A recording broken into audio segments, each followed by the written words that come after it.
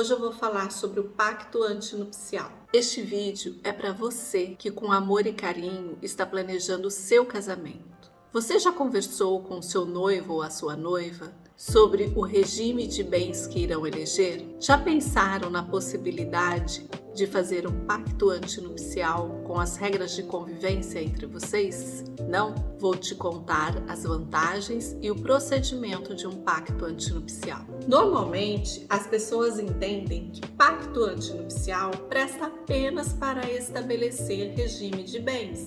Só que não. Pacto antinupcial nada mais é que um contrato elaborado antes do casamento. O próprio nome já diz, antenupcial, no qual os noivos estabelecem as regras que vigorarão durante a constância da união, assim como as repercussões econômicas caso ocorra o término do relacionamento. Através de um pacto antinupcial, é possível fazer acordos relativos ao dia a dia em família, estabelecer critérios de convivência entre pais e filhos, estipular normas de conduta entre cônjuges e construir regras íntimas entre companheiros de uma vida. Antes de falar sobre as vantagens do pacto antinupcial, precisamos relembrar quais os regimes de bens vigentes em nosso país e como eles funcionam. Primeiro, comunhão parcial de bens. Este é o mais conhecido entre nós brasileiros, por ser desde 1977 o regime oficial.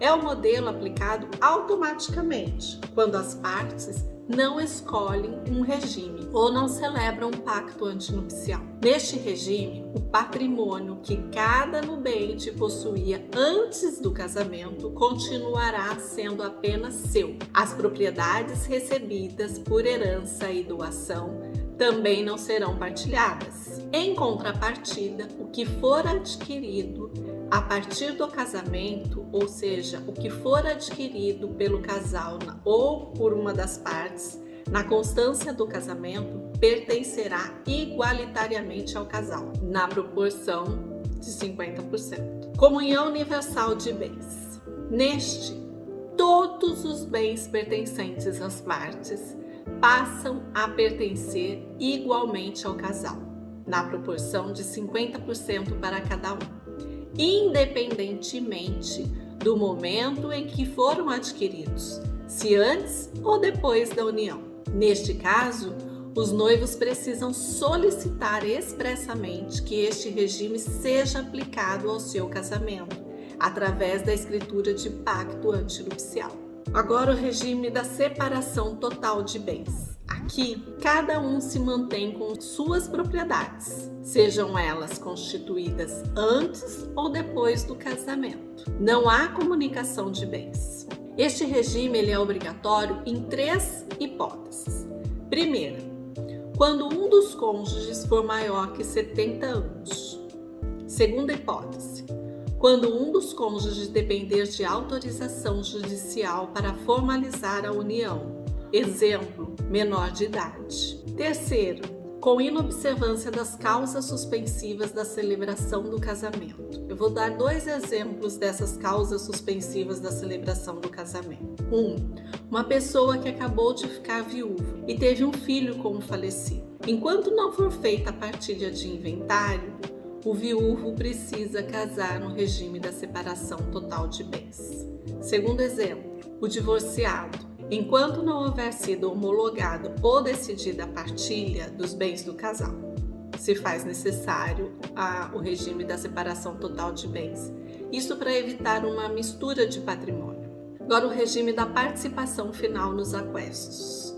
Gente, eu tenho 20 anos de formada, vou ser bem sincera para vocês. Eu nunca peguei um casal que tenha celebrado esse regime de bens. Considerado um regime misto, o casal se beneficia dos ganhos, mas não partilha as perdas um do outro. Durante o casamento, prevalece a separação dos bens. Ambos têm liberdade de gestão, não carecendo de autorização do parceiro para exercer os atos comerciais sobre o patrimônio. No entanto, caso a relação finde, cada cônjuge terá direito à metade do patrimônio que o parceiro adquiriu na constância da relação. E quando o pacto antinupcial é exigido? A realização é obrigatória sempre que o regime de bens escolhido não for o da comunhão parcial de bens, ou seja, nas hipóteses de comunhão universal de bens, na participação final dos aquestos ou da separação total de bens. Não é necessário fazer o pacto antinupcial nos casos de separação obrigatória de bens, visto se tratar de uma imposição legal. Qual o procedimento para a realização de um pacto antinupcial?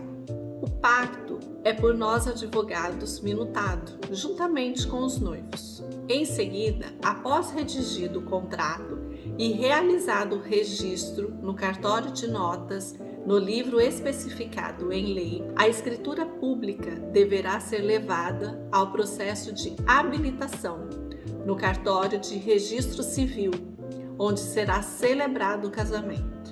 Observe que esses passos antecedem a cerimônia em si. Após o casamento, deve ser providenciado o registro da escritura do pacto antinupcial no cartório de registro de imóveis de domicílio do casal. Embora o pacto antinupcial precise estar registrado antes do casamento, seus efeitos apenas começam a existir posteriormente ao matrimônio. Este conteúdo fez sentido para você? Me conta aqui. Aproveita e compartilha com um amigo que esteja em processo de planejamento de casamento. Sucesso para vocês e felicidades aos noivos!